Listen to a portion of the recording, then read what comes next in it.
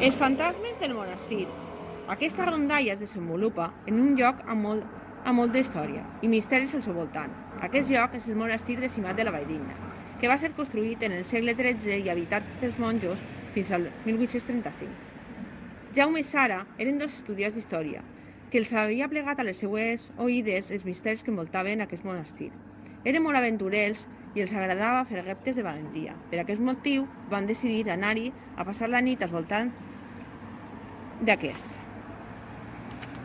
Així doncs, el dia que van triar van fer que coincidira en una nit de lluna plena per a veure què passaria. Sara i Jaume van agafar la seva motxilla carregada i la tenda de campanya preparada per a una nit que no oblidarien mai.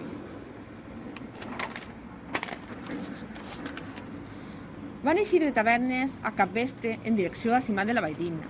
El lloc que escollí per a passar la nit era un terreny abandonat que hi havia al costat del monestir. Hi havia molta vegetació, pins i pedres grans. Van col·locar la seva tenda al mig de dos pins per a quedar resguardats. A boqueta nit van començar a fer una foguera per a poder torrar carn i verdures per a sopar.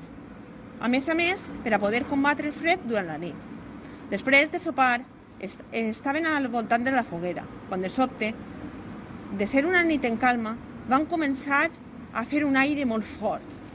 Aquest vent provocà que la foguera s'apagà, la tenda es desmuntara. Els arbres comencen a cruixir en un soroll aterridor, golpejant-se entre si i caiguent al sol branques i fulles seques arremolint-se al seu voltant. En aquest moment es comencen a tremolar les cames al pensar en la llegenda d'aquell lloc. Aleshores van decidir refugiar-se dins dels murs del monestir. Una vegada dins, on feia tant de fred, es van arraulir en els seus sacs. De sobte, i amb la claror de la lluna plena, van observar una ombra a la llunyania i es van quedar petrificats sense moure ni un pèl.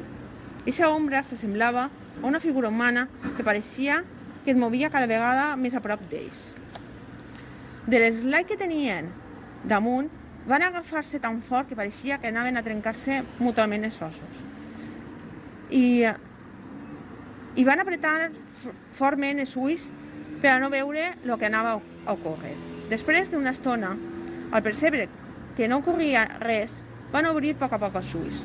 En la claror de la llum de la lluna, es van adonar que l'ombra era en realitat un indigent que dormia dins del monestir.